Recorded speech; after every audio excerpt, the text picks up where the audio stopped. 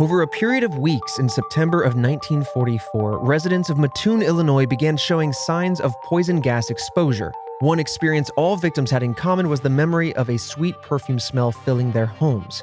The one responsible for these gassings was never found, so let's discuss the puzzling case of the Mad Gasser of Mattoon. This is Red Web.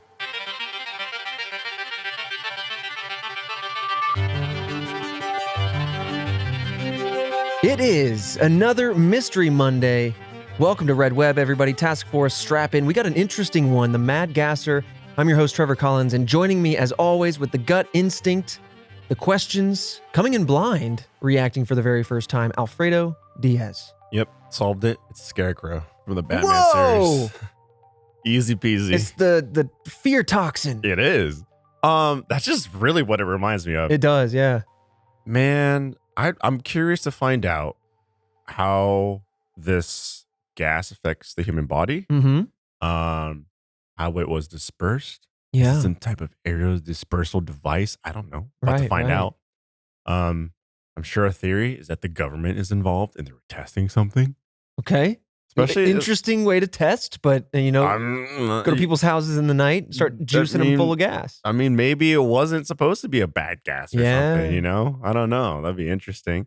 But curious, very, very curious, especially like the radius, like the very scientific aspects of it. The radius, how many people are infected. Right. And how's it getting to them? Yeah. Without kind of it breaking their bubble in an obvious way. Right. Any little minute detail of what helped, right? Mm-hmm. Like, was there HEPA filters back then in the 1940s? Would that have helped? That's a good question. I don't know. But yeah. It's interesting because, and I also want to get this chuckle out the way. I mean, it is a product of the 40s that this man or woman is called the Mad Gasser. It just feels a cheesy villain name. Right, there he goes. That's the laugh that they have. It's interesting. So you can tell that the journalists got their hands all in this one. Yeah. And that does play into this a little bit. Is all of this from one individual, or is some of this a little bit just kind of some hearsay? Like maybe this was what I experienced part of this too. Anyway, we'll get into all of that, but this is a very interesting case that I had never heard of before. Kind of doing this research. You know what? You got me thinking. What group fear aspects are going to come into play? Mm-hmm. Right? Like, tons of these people are experiencing this. And it's like, I'm experiencing a loss of fingernails. And the person's like, me too. And I have superhuman flight. Right. And they're just sharing all this scared sense of thought together. Mm-hmm. It'll be interesting to see. I mean, I obviously know where we're headed, but what individuals' symptoms are, and do they share the symptoms before or after hearing about these cases? Yeah, before it starts spreading. Yeah, because we know we have a case on our hands, at least with a few of these, when they come to the table going, oh my God, I was experiencing the same thing too. But I didn't know about this case when I came forward. So let's just dive into it. This took place, like I said, throughout September in 1944, but it all began on September 1st, 1944, again, in Mattoon, Illinois. There was a person named Eileen Kearney who was asleep in their bed with her 3-year-old daughter. Now, her husband at the time was working as a taxi driver, so they weren't home at this moment, but her sister and nephew were sharing the house, and they were also asleep. Around 11 p.m., Kearney was woken up by what they said was a sickening sweet odor in their bedroom. At first, she believed that it might have been coming from the open window. She knew she had flowers nearby. The breeze could have brought in the sweet smell, but she realized, no, that wasn't the case. The window's closed, and the smell seemed to grow stronger. She then started to feel like she was paralyzed throughout her legs and lower body, and she knew something stronger than flowers was afoot here. She just didn't know what. Her 3-year-old daughter became very ill and remained this way throughout the course of the night. That is terrifying. Oh, yeah. Because man, I don't even know how to that's the air that you're breathing. Obviously, step outside, but I mean, if it's, at this point in time, they don't know if it's isolated to the house or not. What do you even do? Well, also the smell is so strong, it can wake you up. Mm-hmm. And regardless of what you would want to do, she's experiencing paralysis in her legs and lower body. And this is going to come through not only the smell, we'll talk about that throughout the episode, Right. but also the paralysis that people experience. That, right, when I remember I was asking what are the side effects, that's terrifying. Imagine. you smelling something that's so strong it wakes you up and then you can't move? Yeah. That's that's deeply unsettling and worrisome. It's like chemically induced sleep paralysis. Yeah. That's wild. Yeah. And then also, if it's affecting you that much, God, like there's a 3-year-old right next to you. Right. What about children, pets, all that kind of stuff? Like your dog could be dead downstairs. Right. For all you know. Yeah. Terrible stuff. But of course, Kearney was still able to speak and move her upper half. So she yelled for her sister's help. Immediately, her sister comes in and is hit just immediately with this I don't want to say pungent, but potent smell in the room. So they obviously noticed it as well as soon as they entered. And when her husband finally came home from work, he saw what he described as a suspicious man standing at the bedroom window. So he's like, who the heck is that? He doesn't know about the smell yet, but he describes this man that he saw as, quote, tall, dressed in dark clothing, and wearing a tight-fitting hat. Kearney tried to chase the man down, but he eventually escaped. So we have no idea who this person was, but we can assume that they were culpable for whatever went down in the house. So you got someone running around people's houses in the middle of the night pumping God knows what kind of gas into their bedrooms and then watching how they react? Yeah. Mad Gasser makes this feel a little bit too, like I said, cheesy comics. Like, this is deeply upsetting. I hate this. Because then there's the extra layer is the gas aspect. It's already terrifying that someone is like not even hiding it, visibly outside your window watching you. I don't even know what to do in that situation. Yeah, right? Other than maybe panic. What's the motive? What's going on here, right? You could have a weapon. Right. Maybe you go out and chase him. Maybe he wants that to happen. Right. Well, like, what's step 2? Like, clearly this person's thinking about what they're doing. 911. Well, yeah. I mean, the step 2 isn't step outside and look around aimlessly. But yeah, I mean, like, does that person have a deeper plan if you were to try to get up and do Are there more than stuff? one person? Oh. God, that's terrifying. There could be multiple people out there you don't even know about. Yeah. Could be someone in your house already. Oh my, ooh, wait a minute. What? Bad. Maybe the husband wasn't at work. Maybe the husband was, no. Okay. No conspiracy theories, Trevor. Back on rails. Okay. So the following day, we're still with Miss Kearney for right now. Mrs. Kearney said her mouth and throat were extremely dry and that her lips felt burnt. This is another common symptom that you're going to hear about as we talk about some of these verified cases. That the astringency, the acidity, whatever, I'm not a gasologist, but whatever is going on with this gas, it's so potent, so corrosive that it's leaving people with these chemical burns just from the fumes. So you got to imagine how strong this must have been, whatever this chemical is, to fill the air with something so potent that it could still burn her, having been in a big volume. We'll come to another case where it makes a little bit more sense as to why the burns happen so quick, but this is either something extraordinarily toxic and corrosive, or they put a volume into this room. Eerie. So at this point, of course, the news is all into this case, trying to figure out what it is and talking about it. The Mattoon Journal-Gazette published a story with the headline, quote, "Anesthetic Prowler on Loose." And they detailed Kearney's story. This story basically said that Kearney and her daughter were this air quote prowler's first victims. But it's because of this article that the town became aware of this going down. In fact, other families that I'm going to talk about here in a second came forward upon reading about this and said, wow, we had something very similar go down a few nights ago, but we just didn't, it wasn't as maybe wild, or so they just thought it was something else and they just didn't say anything.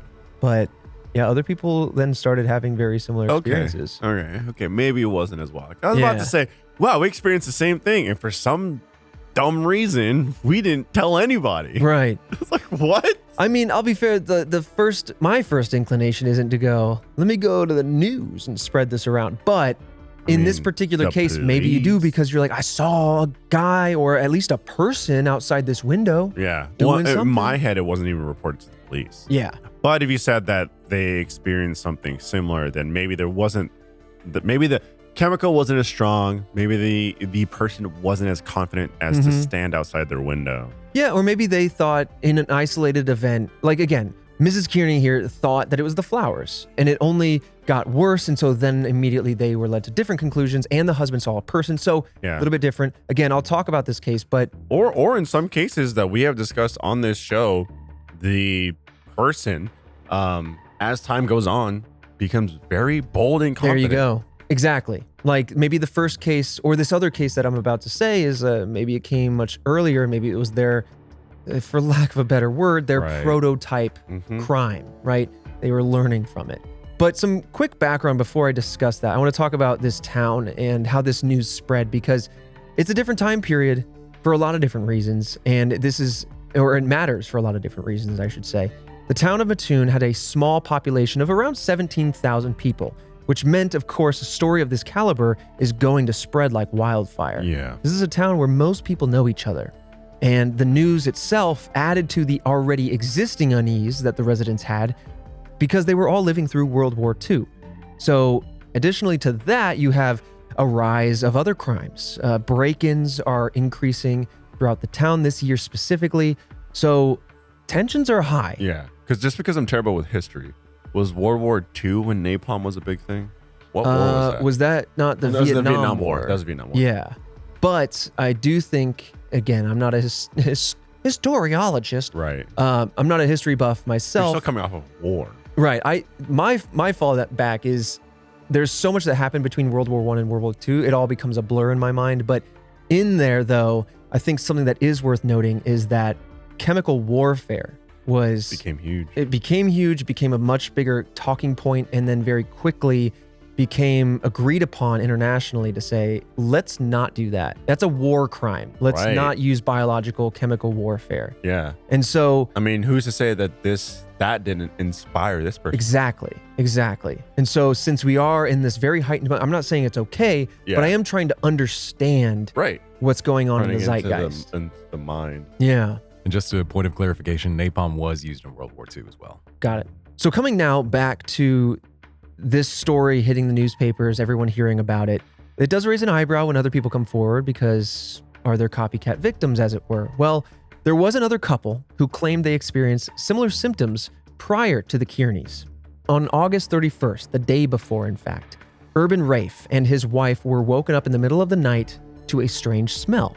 Rafe felt nauseous and began profusely vomiting. He and his wife believed the pilot light of the stove might have been releasing gas into the house. Natural gas, by the way, has an added component to it to have, this is just my information for the task force, has an added chemical to it, so it has a rotten egg smell. Otherwise, it's mostly odorless and very dangerous if it starts piling up. Yep. So the wife in particular says, let me go check that out. I want to get to the bottom of this and then maybe check the stove and turn it off. That's when she realizes that she couldn't get out of bed. She found herself paralyzed laying there. Worst part of this whole thing. It's disturbing to say the least. Cannot move. I don't know how frightened I'd truly be.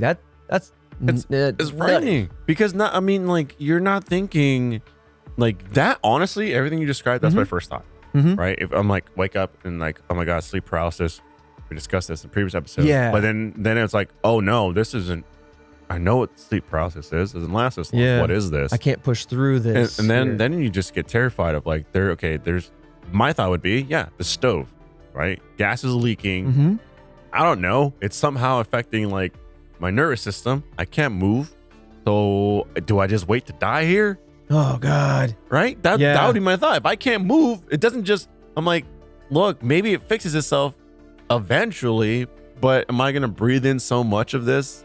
Right. That goodbye. Right. Another little trick, and this isn't going to save you. And like, just don't take this as like life-saving advice. Right. This is something I heard about when watching a documentary about coal miners of all places. Oh, but sometimes they hit pockets of like noxious fumes or toxic gas. That's why you have the phrase "canary in the coal mine" because the bird will pass before a human would. Right. But long story short, if you were ever in a predicament like that, not going to stop all gases depending on the molecule size, but one of the things that they would do is wet their shirts or wet a cloth and put it over their mouth. And that helps filter out bigger particles. Yeah. I don't know if it's going to stop a gas, but that's what I would be doing is like immediately trying to like lower my intake and like my breathing. Not that you got to breathe. Oh God, if you're paralyzed, got to try to mask in a way, like get your pillowcase going or I don't know. Yeah, I mean, look, maybe TMI. I sleep in briefs, okay? So I don't got no Great. shirt. Now I'm picturing it. I got no shirt. Now I gotta wet like my blanket, or I gotta pull off like man, I gotta lay in this later. I don't know.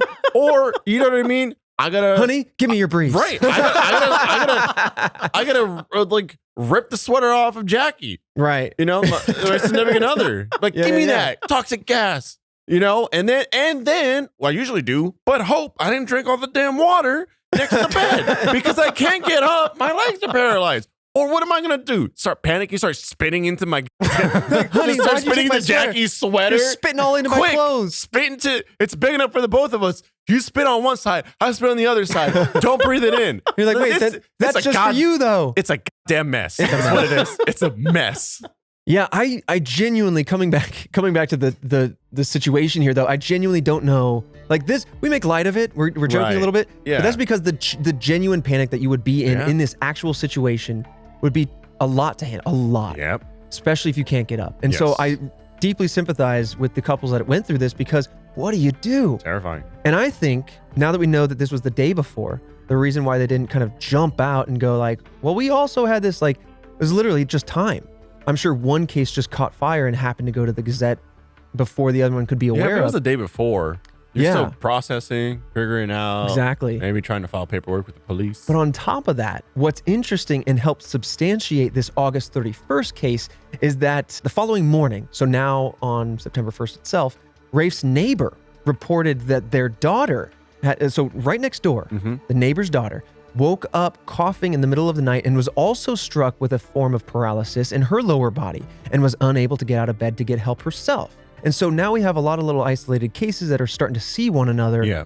And now we know that there is a trend, that there's something that needs to deeply be investigated because there's a pattern and they might continue, whoever this person is. Well, I will say it could always be worse. And it doesn't seem like there's anyone breaking and entering. And it doesn't seem like there's any long-lasting effects right now. Not that I'm aware of. But and I also don't know how the gas is getting into the house. Yeah, unless that window was open factually. I don't know.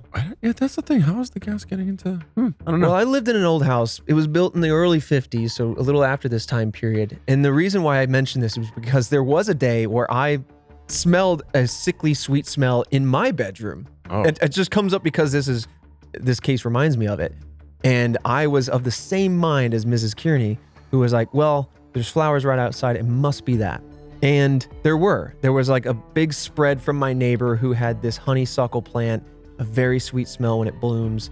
And the way it emanated into the house, interestingly enough, this house, it was odd for Texas because it had a crawl space. And so you can actually get under the house, and the crawl space access was right there outside of my bedroom. And so now I'm starting to think, is there a way, because it's an old house, you think the house is like a vacuum seal. It's not. I mean, the cracks in the floorboards go straight to the crawl space. That's how you get bugs. That's how you get drafts. Or perhaps that's how these fumes are getting into the house by way of an external source. You can just get to that crawl space. True. And then emanate it up through the floorboards. Or you're, I mean, I don't know. Maybe it wasn't this way during the 1940s, but I mean, nowadays, if you have a washer dryer system, there's a vent that goes right outside. That's true. Yeah. Pump that right into someone's dryer. I mean, it would come out. There's a lot of little vents. It'll leak right out. Yeah, there's vents like that. There's vents for all sorts of things, even just the HVAC system, right?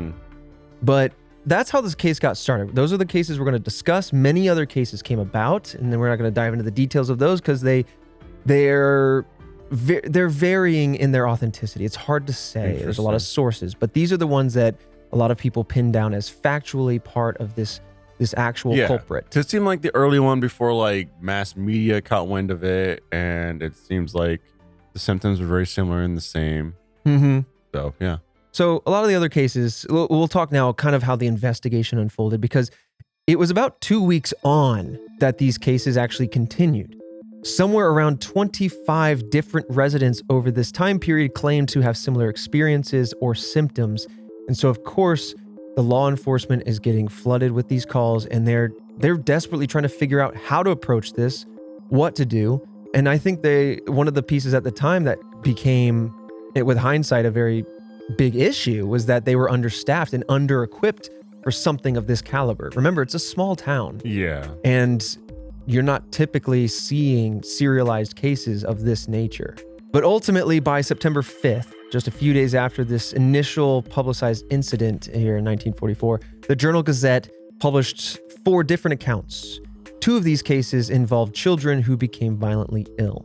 And so I think that might be one of the more disturbing parts of this case, is that a younger person or even a pet are going to be much more impacted by these gases. I mean, damn, what does that do to newborns? Or like pregnant women? Yeah. If this is impacting grown adults in a pretty vivid way, I almost don't even want to think about it. But Kearney's description, Mr. Kearney, I should clarify, the description of the suspicious man or this prowler was also released. So that way the townsfolk could be on the lookout for, it's kind of like a tall figure, dark clothing, tight hat, not a lot to go off of. No. I'm curious if this hat is actually some form of mask. Yeah, like a mask or some sort of protective wear for themselves. Right. Scarecrow. He's got kind of like a little mask. Seriously. But I mean, it does, look, it's not much of a description, but it does give people a little bit of like a sense of what to expect in that situation. Yeah. Where it's not just some random gas and chemicals that are hitting each other. It's like there's a person pumping this into your house when you smell that. Right. So, this isn't some rare case of these 3 gases mixing in your house naturally. Mm-hmm. Yeah. So because of this description being released over Labor Day weekend in particular, there were various sightings of men matching the prowler's description reported to the police. Part of it could be actually seeing this real person, and part of it could also be the ambiguity of the description. Tall hat. I mean, like, just, I don't know. You're in the middle of the night. Right. What are you going to see? Yeah. But there was no physical evidence, which I know you love that physical, tangible stuff. I do. In this case, there's no physical evidence of the man's existence ever discovered. However, investigators were able to find various footprints and torn window screens at the homes that they visited. The window screens basically just being that bug film on the... So maybe he cut a small piece. I'm saying he based on now all of the investigation is assuming, but maybe cut a small piece in the screen and then maybe piped it through gaps in the window. Or jimmied it open a little bit. I mean, look, with no knowledge whatsoever, you cut the screen with a knife. Use that same knife to create just a small gap. That's enough. Right. Yeah. Boom. Do it. See, I mean, the extreme counter to that happens. You read that your lower half gets paralyzed. It doesn't seem like your upper half is paralyzed. I'm like, man, I'd have a gun under my pillow if this guy wants to watch me while I'm paralyzed. Yeah. Pop. You can try if you see him. Right, you can try. Mrs. Kearney didn't see him, and she knew to think about the window. But that's an extreme. Sure. You're thinking of how you could react possibly. Right. But then also it's just like, I mean, look, you shouldn't be outside my window late at night like that. Or, you know what I mean? It's like, oh, I'm just the delivery guy. What are you doing in my window? Yeah. You know what I mean? Like, be aware that there are defensive measures that people can take. Boom. Yeah. You know, just be aware, future criminals, and don't do it. How about that? There's a word of advice to future criminals. Just don't. You know what? After, Christian, 7 days after this episode's released, I want to see the crime rates before and after. And you're welcome. Severe spike in crime. Right, yeah. All it took is for 2 randoms on a podcast to say, don't do it. Deep in the bowels of the headquarters. All right. So a lot of these cases are very similar, but as the investigation proceeded and unfolded on September 5th, there was a couple, Carl and Beulah Cortez, who returned to their home around 10 p.m. A lot of nighttime activities, 10 to 11 seems to be the window. They noticed something interesting, and I think this kind of breaks the pattern that we've come to notice. Oh. There was a white cloth pressed against their screen door at the front. Not thinking much about that, Beulah picked up this cloth and smelled it, essentially inhaling the cloth closely to her nose, basically being like, why is this here? What, is there a smell to it? What's going on? And she immediately was overcome by the feeling of paralysis and began spitting blood up because of how badly this fume burned her throat. So you have to imagine that this is now some sort of compound that this rag is soaked with that evaporates easily to become a gaseous inhaling form. And it's probably the same stuff that is in the room, but because it's in the room, it gets, if you will, watered down. Yeah, it's less dispersed. It's not as concentrated. Right.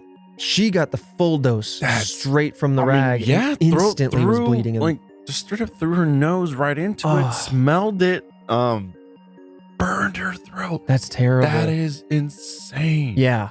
It gets wilder. I mean, look, you don't know what to expect. I will say is, fine, there's a rag on your screen. That's weird. Not really thinking. You touch it. Okay.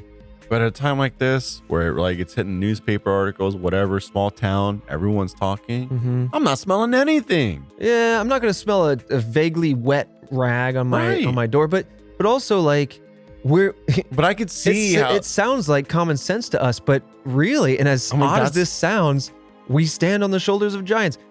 People have made these mistakes before, so we don't. Right. Don't go out and do this on your own as a kid. Well, it took a very heinous act to make that a common sense thing. So no, I mean, I totally get. Oh, I mean, yeah. It's just like you're just motion and rhythm, and like you're just already trained. Like if you smell something, right? You're trying to throw your nose into it to see what the smell is, where it's coming from. Right. How many times I put things up to my like nose to smell it? Like it's just a natural thing. Exactly. You do. It's like toddlers putting things in their mouth. Right. Like And that's also, just kind of how you figure things out. Just hindsight, but yes. But yeah, I mean, like a time like that, I'm not trying to sniff things, but I mean, who I mean, knows? that's a good point. It is an interesting time to be doing it, but maybe the Cordezes didn't know about this yet. Maybe hadn't made its way to them. I don't know. But either way, this happened, and the police arrived at the scene because, of course, they were called, and they discovered a couple of things. And again, this only gets more curious. They found a skeleton key and a tube of lipstick nearby the Cordezes' home. I'm very curious, Christian, do we know if this skeleton key was to their house?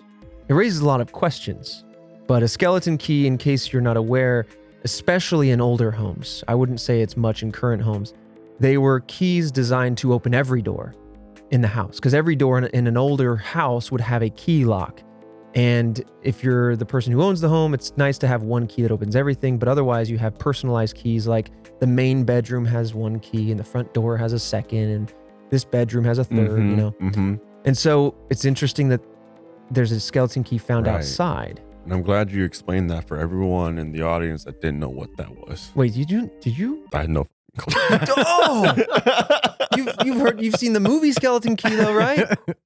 If you haven't, oh my God. I saw the Netflix show. Get out of here with that. Which movie podcast about mysteries. You got movie homework, you and the lady. I do. Go watch some Skeleton Key. I'm watching Cabinet of Horrors, a little Guillermo del Toro mini mystery. Cabinet? Isn't it Cabinet of Horrors? Cabinet, yeah. Yeah. Guillermo del Toro. It's like a bunch of mini limited series by different directors. I love that idea. I got my own homework now. Yeah, there you go. That sounds there you good. go. You hit me with homework, I hit you back with homework. Dad, you're just like my teachers. Ultimately, the task force gets hit with homework. Task force, double work. Well, while Christian looks into that, just in case, because I know there's a lot of various sources and it's going to be hard to pin down. And toothpaste? Not toothpaste, a tube of lipstick. Oh, okay, tube of lipstick. Not to keep Justin around, but like a tube of lipstick. Now I'm just imagine this dark figure outside with these thicked up lips and just taking this tube of lip, making sure it's lubricated. Making sure it's lubricated. It's cold outside at night, Christian. Lipstick protects better than chapstick. That's an assumption. Every time. Or they're just like, I gotta look good while I do this. And I don't know why they gotta make that noise, but they do. Maybe, every time. And maybe that's just their nervous tick. Yeah. Yeah. We're getting into the mind. My lady can know when my lips are chapped because I start smearing on that chapstick going, like, stop it. Put the bliss sticks down. Stop humming and moaning. Right. All right. I've buried the lead too long. Here's the strange part about this case. Now the police arrived, they found these items. They also tested the cloth. Thank goodness. I'm desperate to get to the bottom of what these compounds are. Right. They found nothing abnormal. What? Very interesting. So like what, water, sugar? I mean, I want to know, did they find what would be normal then? Tell me what's normal and then we can at least start there. But they found nothing abnormal, which tells me that whatever this compound is, it's meant at room temperature to be a gas in that it evaporates quickly. Alcohol is very much, if you have pure alcohol, very much the same thing. So if you soak the rag in alcohol, for example, you would find that would dry much quicker than if it were soaked in water. Oh. And so that's what my mind says, is that whatever this compound is, it is a very light compound. Yeah. That's eager to become a gas again. That makes a lot of sense. Yeah. Okay. But then what is that though? Like what? I know. Did they say what chemicals?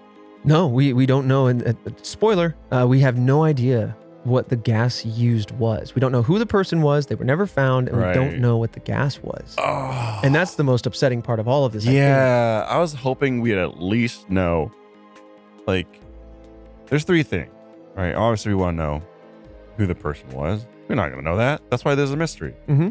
So I was hoping we get 2 out of 3. Right. One of them being, what is the gas made out of? Secondly, I'm still trying to bank on this. We know what the dispersal method is. Yeah.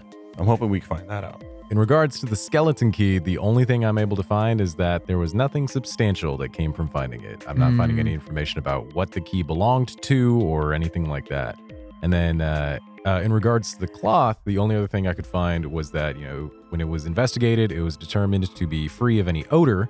And Beulah later hypothesized that it had been left on the porch in that spot because that's where the family dog typically liked to lie. So she was thinking that perhaps the gasser had been watching the family for a while in order to learn of that schedule and was placing it there to subdue the family dog. Like a targeted specific attack. So that they could then enter the house, have a much easier time breaking into the house. And do you think then the lipstick could be part of a disguisal method and the key was to enter the residence? It's possible, but those 2 pieces that's pure conjecture. Spooky. I hate that. I feel like it's rolled out that the key belongs to that house. I mean, I feel like you tried on a couple doors and you figured it out. That's what I'm saying. I'm sure they went, that's not our skeleton key. It's just wild that we don't have that document. And then someone just goes and jiggles it a couple doors and you go, that's not to this house. Done. Yeah. So I would think that it's not a part of that house. And they ditched it too.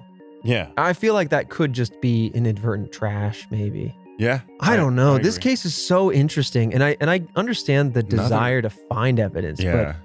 But when you're desperate for it, you might end up combining evidence with things that aren't. Another unique one. I thought this was gonna be like maybe multiple people or like not a sole person involved.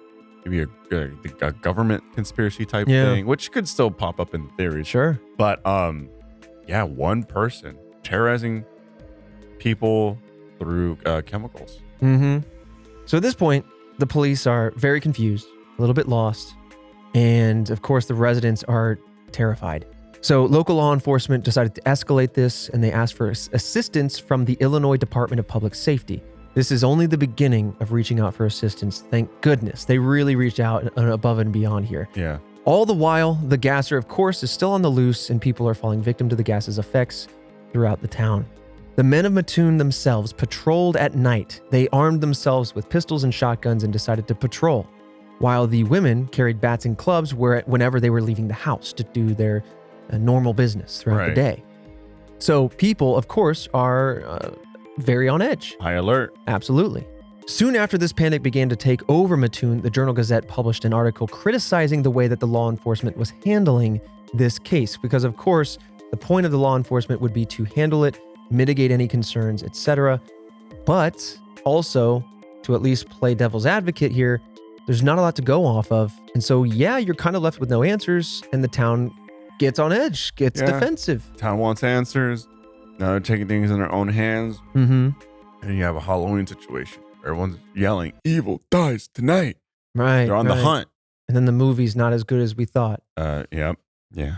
So the journalists at this point are saying this is where they're starting to make their claim that the police force is understaffed. The Gazette's editorial board claimed that there were internal conflicts within the police department that may have also contributed to the lack of urgency in solving this case. Now, moving on from that let's talk what happened on September 12th.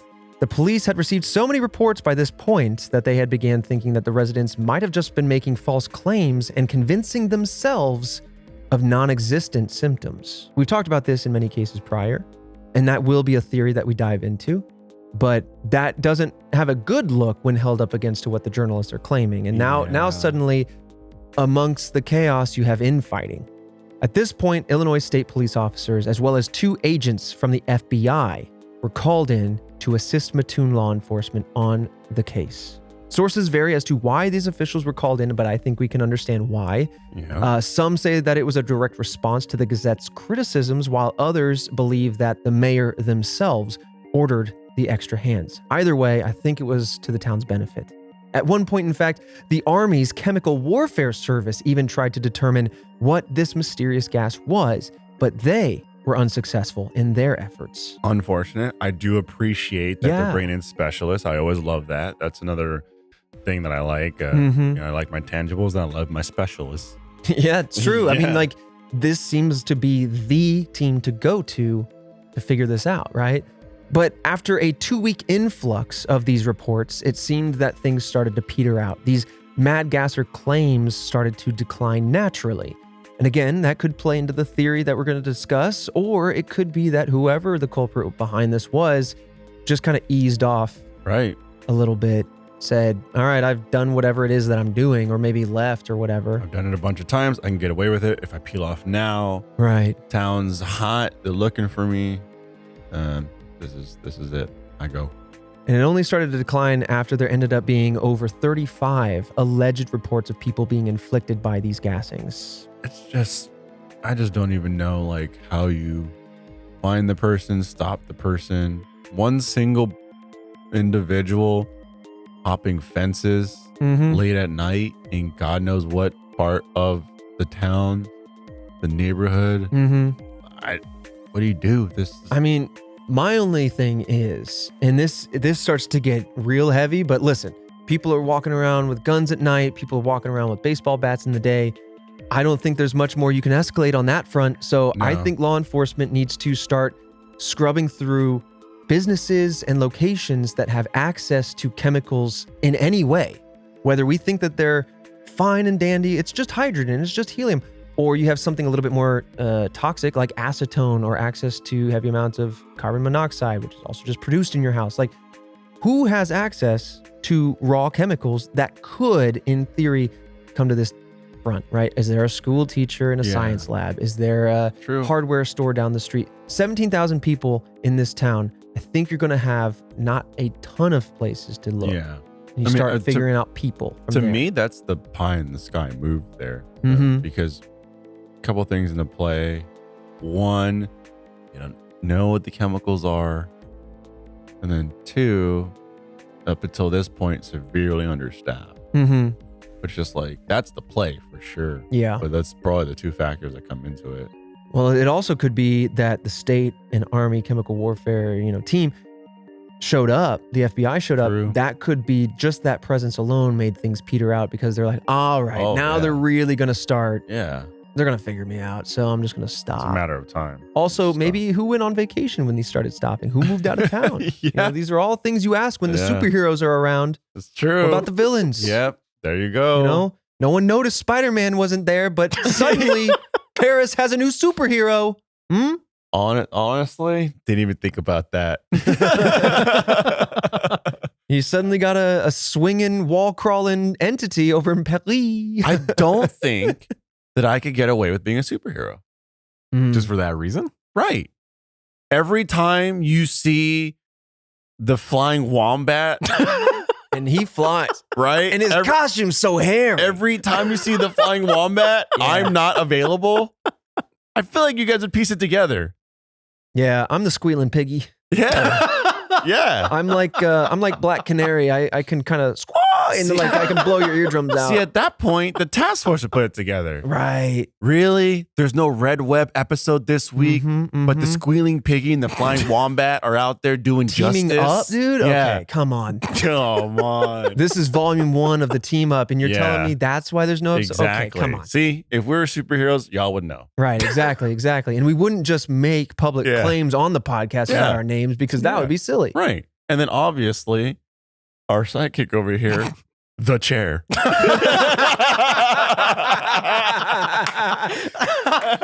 Go for chair. That is the superhero squad.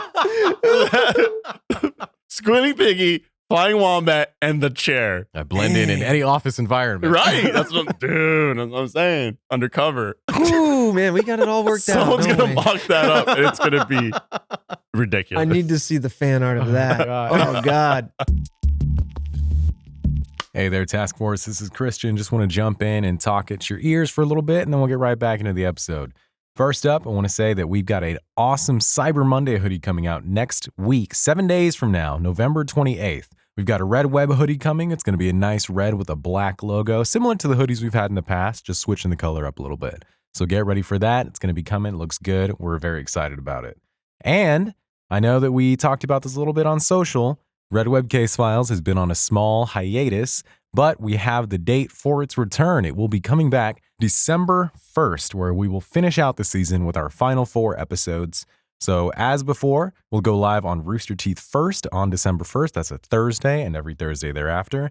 It will be live on our YouTube channel every Friday. So it'll be live on YouTube December 2nd. But we're very excited to come back with Case Files. We know we've been wanting to do it again. We hope you've been wanting to see it again. So get ready. Mark your calendars. We've got some merch. We've got some content coming your way. And now, a word from our sponsors. This episode of Red Web is sponsored by Shady Rays. Don't break the bank this holiday season. Shady Rays is an independent sunglasses company that gives you the features of $200 shades for a fraction of the price, and a fraction of that price during their biggest Black Friday sale ever. Shady Rays are premium, polarized shades featuring world-class optical clarity, substantial durability, and styles catered to everyone and every lifestyle. The best part about Shady Rays is their insane protection program featuring lost and broken replacements. If you lose or break your shades on day one, they will send you a brand new pair, no questions asked. Looking to gift Shady Rays for the holidays? The lost and broken coverage transfers to anyone you gift them to.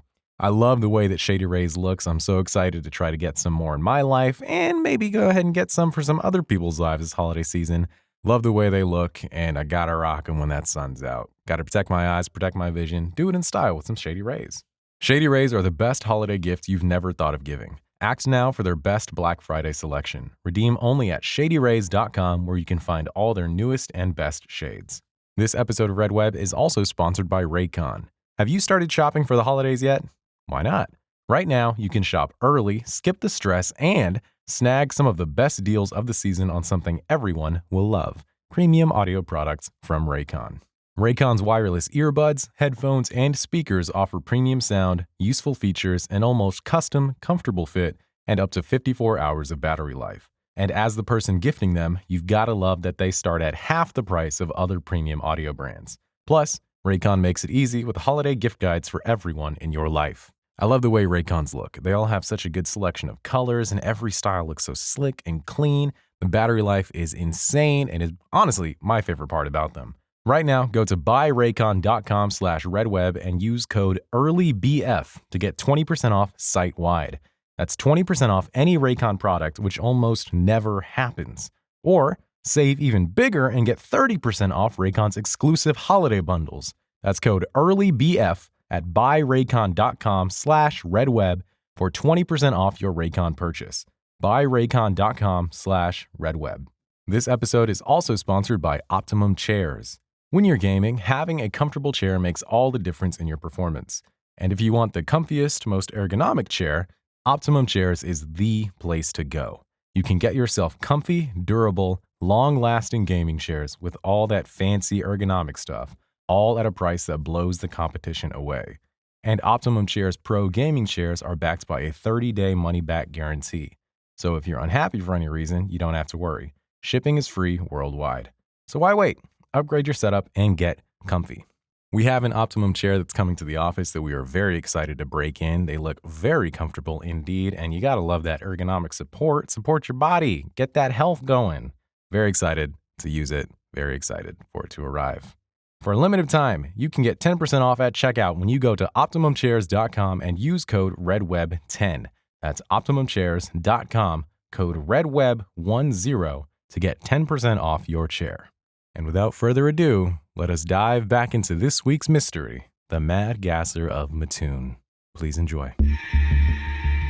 All right, so with all that said, all that discussion underway, let's talk about some of the theories that attempt to figure this one out. There's a handful with a lot of different informational pieces in here, and chemists of the task force rejoice. We're going to get into it on one of them. Here we go. So I think it's appropriate to start with the mass hysteria theory because it was a common theory at the time. We kind of talked about it recently, and it's also a popular one in general. Mm-hmm. I always bring up the idea that Mothman was part of that, but let's get into it. So this theory, like we said, was discussed heavily at the time. In fact, state's attorney William Kidwell endorsed this idea that a wave of mass hysteria was to be blamed for this event really flying off the handles. In fact, he specifically blames the Journal-Gazette's reporters for working people up with their articles, kind of reporting on it in an exaggerative way before we really knew much. I mean, that's one of the reasons why you see, like, you know, cases that are being investigated, they try not to leak stuff because, one, it could hurt the investigation, it could lead to the person not being found, etc. But also, like, it just scares people up when you're trying to, like, lock it down and you don't want the people or party knowing what you know and what moves you're making, and the reporters are like, this is what's happening, this is what's going down, drumming everybody up. Like, it happens. That actually happens, and it still does to this day. And it's not even like to blame the citizens themselves. I mean, it is a psychological thing that happens. I mean, we all have minds with flaws. It's just human nature. And to believe into something like this is only natural. Yeah. And you can't, like, the placebo effect is beyond us. It happens. Sometimes it doesn't. Sometimes it does. Like, I mean, something that's kind of along the lines is just like the shortage with, like, somewhat recently, toilet paper, gas. It's like, self-fulfilling prophecy. Yes, there is a shortage. But when you're throwing it out there in the news, making it headlines and everything like that, everyone is going to start jumping on it. Right. And then scooping up, you know, more than what they need. And so somebody rolls a pickup truck up to the thing, starts filling the bed up with gas. And you're like, what are you doing? Yeah. And in fact, the police themselves tried to explain some of this in the heat of the moment. Like, they're trying to keep everyone calm while they're investigating this. And they were saying, or trying to explain, that the sightings of the gasser might have actually been other bystanders who were also looking for the gasser. And that they were trying to let people know and understand that these gases might have been coming from the war plant. That there was a reasonable explanation for what was going on, but because this got out ahead of them because of the news, that everyone's like, I gotta find this tall, hatted person in the night. And while they're all looking for each other in the night, they're seeing other neighbors or something. But what about before it got to the masses? But I guess there weren't, like... That's a good point. Who did Mr. Kearney see? Right. Because that was before anyone knew about this publicly. Yeah. So that's to call his thing into question, right? True. That too. But the other early reports didn't really have a person that was standing outside the window. True. That's a thing too. That's very true. Oh, man. Yeah. I mean, oh, God, that's rough. But the theory of mass hysteria is not entirely discrediting the idea that there was a person responsible for the gassings, but simply suggests that perhaps beyond this initial case, that, you know, many of those 35 could have been part of mass hysteria. What started as a 1, 2, or 3 off event could have become a widespread thing. Very much like Mothman, where a handful of people saw something, and now suddenly the whole town is seeing something. Right. But also, like, if you're out at night trying to find this person, what are you doing up against people's windows? Yeah. Or if I was to go up against someone's window, I don't know, I feel like I'd knock on their doorbell and be like, hey, sorry, I thought I saw something. We're out patrolling. You know me. I'm Jim Brown from down that neighborhood, because we all know each other, etc. And be like, just wanted to let you know, sorry to wake you up. It was me. Yeah. Sorry to be in a weird spot at a weird time. Yeah. But I thought I saw something. Yeah. Or I was following that smell. But that's like, I don't know. It's not a train of thought you really have when you're like emotional and out there. Yeah. Or when your legs are paralyzed mysteriously from an odd smell in your room. Yeah. I just can't get over that. How scary that would be. But Mattoon Chief of Police, C.E. Cole, released a statement regarding the decision to deprioritize this case and said this, quote, "The entire incident was likely the result of explainable occurrences exacerbated by public fears. and a sign of the anxiety felt by women while local men were on war service. So basically what they're saying is it's a heightened, fearful time. We have more break-ins coming in. We have this fear of this situation going down, and they're pinning it all because we have this global war.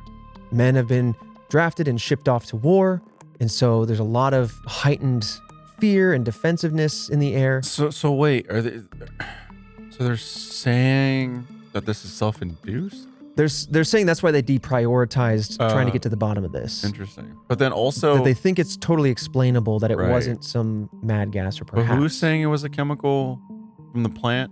The police as well. The police are the ones trying to say that the bystanders looking for the gasser are getting mixed up as the gasser. All the while, they're just trying to say, in general, they're claiming that the gases were coming from the war plant. That's pretty bold to put out theory, there. Like, it's very interesting. You know? Or it's just like chemicals from this plant mixed with, just heightened emotions from, the times. Like, I get it. I get that it could be mass hysteria. It could be. But you need to substantiate I don't want to be the one delivering that news. That's true, right. But if you're saying that's what it is, substantiate it. Right. And maybe they're feeling like nobody's listening to them or whatever, but I'm also like, well, you're deprioritizing it and you're not coming up with the evidence to substantiate this war plant stuff. True. What also, if it's coming from the plant, then you know the chemicals, you know the source, you can reproduce this, right? Mm-hmm. Boom. Like, why do we not know what the component and the compounds are for this chemical? Yeah. If we know it's coming from the plant. That's true. You should be able to maybe test or figure it out, or like maybe what kind of, unless they made like a whole new composition of gases, like one piece of it is to paralyze, one piece of it is to smell and cover the smell of what it could be. You would know. You check the exhaust. Right? You check the ventilations, all that kind of stuff. Like logs of what chemicals are going in for what. I feel like we would know though at that point, because also they'd be like, we know it's coming from this place because every time we get close to it, we get paralyzed. Well, we'll talk burning a bit. Yeah, we will talk more about that in the next theory as to like, all right, let's investigate these plants. Right. Okay. So we'll dive into that. I don't want to like table it for too long, but I will let you know that we are going. Interesting. I'm glad we are. Yeah. So coming back to Chief of Police C.E. Cole, another thing that he said that was interesting is that because of the severity of these symptoms that he was hearing about, you would imagine that people would need to immediately go to the doctor. Well, in one instance, there was 2 women who claimed that they had a gas attack at them. Yeah. They went to the doctor, and that doctor could not find any evidence on them of the symptoms that they would have had.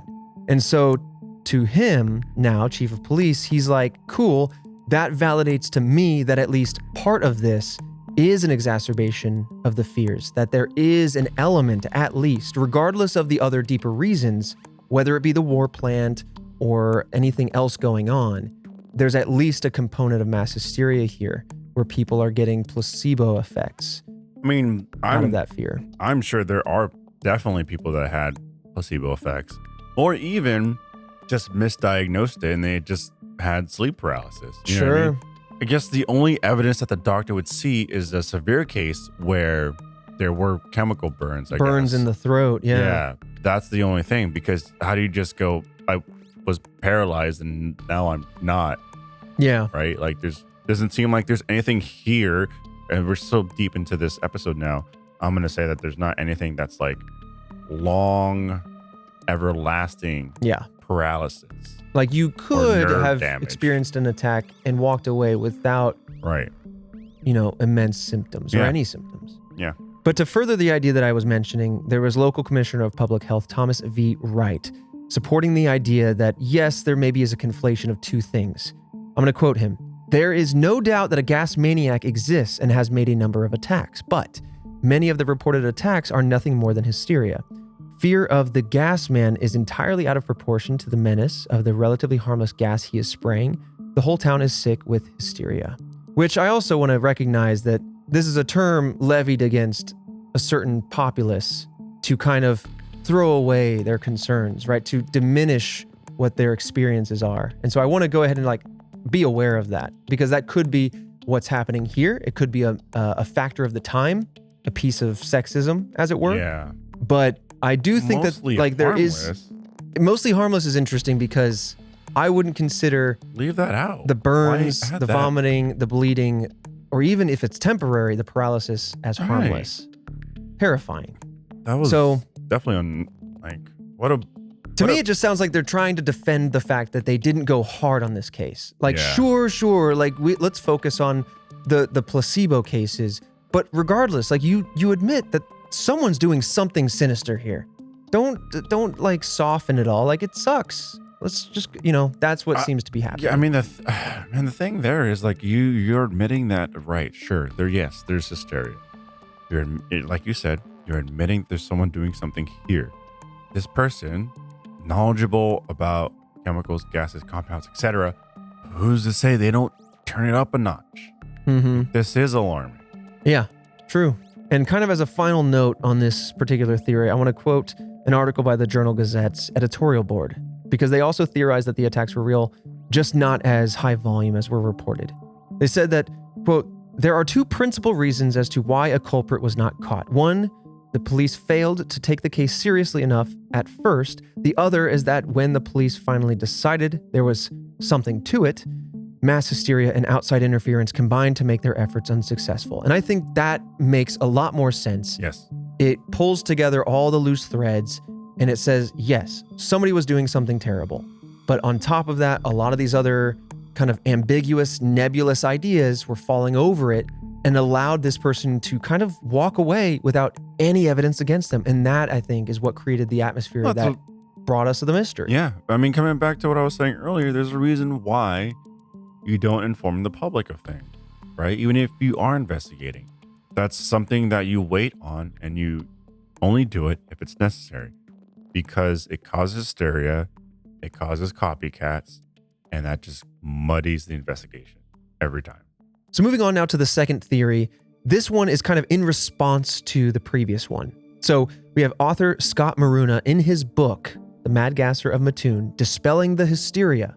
He points to Mattoon resident Farley Llewellyn as the culprit of the gassing incidents. Oh? Yeah. So Maruna argues that the real experiences of the victims were not taken seriously and explained away by, again, that theory of mass hysteria. Many of the mass hysteria incidents involve women, and Maruna points out that naturally this case would affect more women because many men were deployed on the fronts for World War II. Llewellyn studied chemistry at the University of Illinois and later built a laboratory in his trailer home.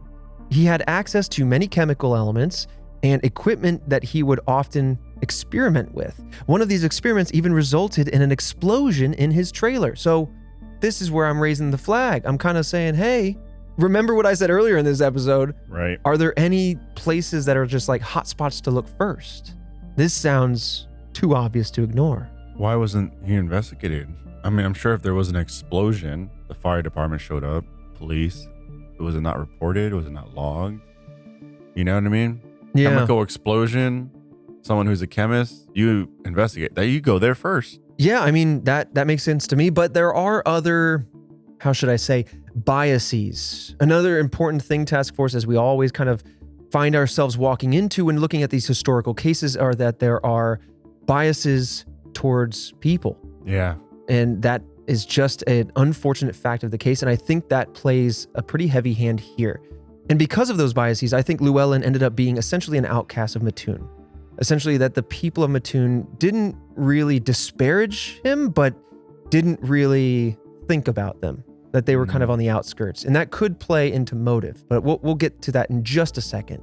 When it comes to the experiments in the trailers and the explosion and whatnot, within this theory, a lot of people think that it would have been fairly easy for him to create such a sickening gas.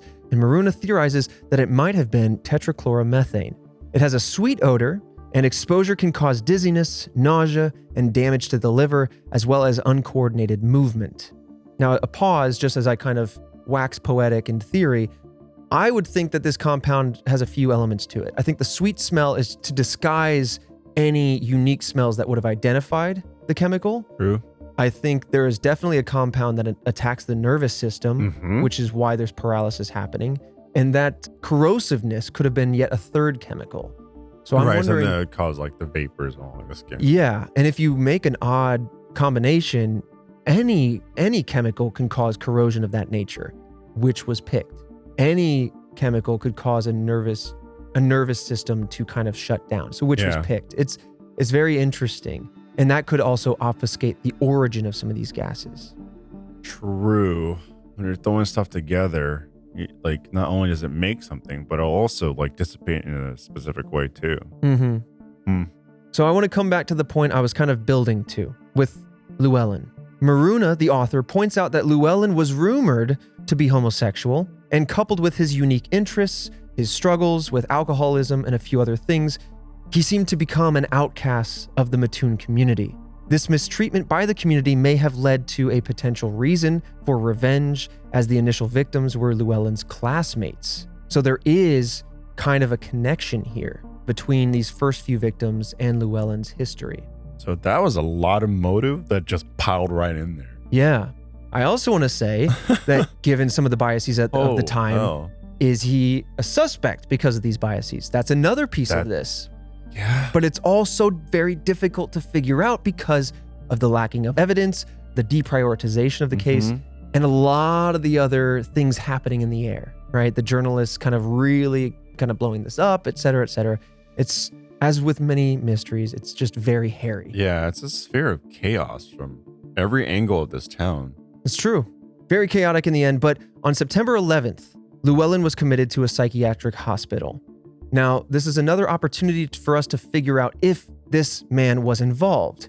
Because of course, after the 11th, there were still some reports coming in, but there's a lot of indecision as to are those confirmed events? Because all of the existing confirmed events were done by September 11th. Yep, that's what I was just about to say. Timeline-wise, it's still so muddy. Yeah. It gets us closer, but it doesn't give us an answer. No. I don't think. I mean, you think, right, like, okay, put him in there, it stops, you're good. But at that point, it's hysteria is rampant in Illinois, in this town and small community. Yeah, you can't go off of that. And then before we move on to the next theory, I just wanted to jump in with some additional info I found. It's worth noting that another reason that Farley was not under as much suspicion is because sources say that he was placed under surveillance after being listed as a suspect, and there were these gassing incidents that were occurring after he had been surveyed by authorities. It is worth noting as well that there is a sort of sub-theory to the Farley theory in that his sisters were accomplices and helped him commit these attacks. One of the pieces of evidence was regarding a footprint that was seen outside of a window that looked like it belonged to a woman's shoe. And so I think that was the main impetus for that sub-theory to be born. Interesting. And it keeps the motive that is theorized. Yeah. They were essentially, looking out for their brother. Well, it plays into the theory that, which is kind of mentioned throughout these, isn't a standalone theory, but was it multiple people? Yeah. Yeah. Well, the next theory is that this case was real, of course, but not caused by a specific attacker. And this is what I was kind of talking about with the factories. This theory continues to say that gases used in local factories are to blame for what went down, whether it was multiple people or just accidents in general. So let's talk about it. Upon investigation, Officer Cole then believed that the gas could have been coming from the Atlas Imperial Diesel Engine Factory, which was the local war plant. Large quantities of carbon tetrachloride were used there. Carbon tetrachloride was, and still is, used in factories to manufacture propellants and other industrial chemicals, in this case, diesel engines and fuel. Carbon tetrachloride is a colorless liquid with a sweet smell that is known to cause damage to the liver and kidneys. When exposed to the chemical, people can experience a variety of symptoms ranging from headaches, dizziness, restlessness, nausea, a tingling or pins and needles feeling, difficulty breathing, sweating, tiredness, increased heart rate, elevated blood pressure, coma, asphyxia, and convulsions. I feel like one of those medicine commercials. Yeah. With all of the warning, the side symptoms. effects may cause. Right. But the symptoms of carbon tetrachloride exposure are extremely similar to what some of the victims of the Mad Gasser experienced. It's just a question of how potent is it, because this stuff acted fast, which is very unique. I feel like you'd be able to track it down. Exactly. And I think that's what happened because Atlas officials, well, who knows if they're hiding their own dirty laundry. Yeah. But it is worth mentioning Atlas officials assured Cole that no factory workers had ever suffered any sort of sickness due to the chemical. However, it is worth mentioning that the EPA has said that accidental releases can happen, whether it be improper disposal in a landfill or if it evaporates into the air or gets into the groundwater. There are other ways that these chemicals can make their way to the populace. Yeah, that's just a thing that happens. Even in modern times, it happens. Oh, yeah, unfortunately. But interesting. I mean, I'm still thrown by just how potent this chemical was, especially when the woman kind of smelled that cloth and instantly was like convulsing, throwing up blood. And right. I mean, at that point, like, and it'd be a lot of time to like do this, but like, I'd want pinpoint locations of if that information out there where the houses are, and how they're adjacent or not adjacent to the chemical plant, right? Map them out. Yeah. What are we seeing? Does that correlate to a sewer line? Does that correlate to any form of landfill proximity or anything like that? Yeah. Or you see the factory and then there's like 10 neighborhoods and then the house that was affected. Are they downwind? And it's just like, well, then how did that skip these houses? Yeah. Numerous neighborhoods, blocks. Absolutely. So the last theory I want to discuss is smaller, but it does play into some of the information that Christian gave there. This theory is that the gasser may have been a woman. One resident claimed to law enforcement that they actually saw the gasser and it did not fit the description of a tall man, but that it was actually a woman. Some claimed to have seen a woman wearing traditionally masculine clothing, and so maybe it was a disguise of some nature. And as mentioned earlier by Christian, footprints could be found near some of the inflicted windows, some of the victims' windows. Right. And we talked about those footprints, but to clarify, like some people looked at these and considered these to be the foot of a woman, like that these were left by a woman's shoe. This could all explain as well, perhaps the tube of lipstick that was found near the Cordez's home. That's right. Which we kind of like was a question mark at the time. But man, and that's the end of that little mini theory, and that ends the theories in general. But gosh, this case is so fascinating, but also so frustrating because, of course, we can all point fingers to one another, whether it be the journalists or the police or the populace at large getting above and beyond. But like, it's just unfortunate that when something like this happens, that all this other chaotic stuff happens around it and buries it instantly. It does, yeah. And it leaves you with so many more questions than you had even going into it. But a morbidly fascinating case, to say the least. Man, we've done so many episodes, and I feel like I'm just a record player on repeat. But I mean, we haven't had one like this yet. Yeah. Haven't had one where there was someone, or depending on what theory you believe in most, some man, some woman, group of people, or a factory. Or those aliens from Signs. It could be those aliens. They had little gas wrists. Or they did, actually. They had little straws that came out of their wrists with the gas in them. It was. Yeah. Or was it a happening situation? Oh, God. I feel like I need to watch that movie just as a hate watch. But like, I don't know, I can't recall something like this. Mm-hmm. Yeah, this is an episode we've covered previously. Yeah, it's definitely a unique one. And it's so odd, like you said, even after 100 plus episodes, to still be uncovering cases that are so dissimilar to one another. Right. I mean, there's a lot that are similar, but sure. But right. Here's a, scarecrow essentially running around. That's exactly what this really is. What it is. I wouldn't even be surprised if that character was based on this. Yeah. Guess what? There was no Batman. Unfortunately not. What happens when you lock yourself down in one city? What if the guy with the Gotham hat City. that was tall and in dark clothing, maybe that was a young and budding Batman?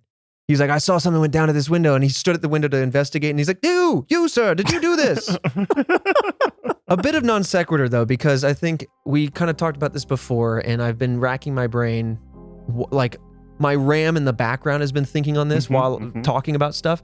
What I think might have gone down just because of that rag is that whatever this compound is that it's a liquid, or they somehow are able to get it into a liquid form, and it's so eager to evaporate. And so how did they get it into the room? I think they used a knife to cut through the screen, maybe cut some of the caulking around the window, or at least get like a very small opening. And if they could get much of an opening. Exactly. You just need to get a syringe in. And if you could get a syringe of liquid, this special compound or whatever the heck it is, squirted into the room and it starts evaporating there. And then, maybe they stay and watch to see, does my theory, I'm imagining it's a chemical expert or somebody that knows about chemistry.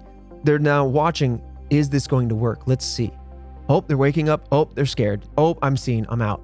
But that's what I think might have gone down. And that feels so scary smart of a crime. Yeah. It's like the ice bullet kind of theory, where it leaves no trace.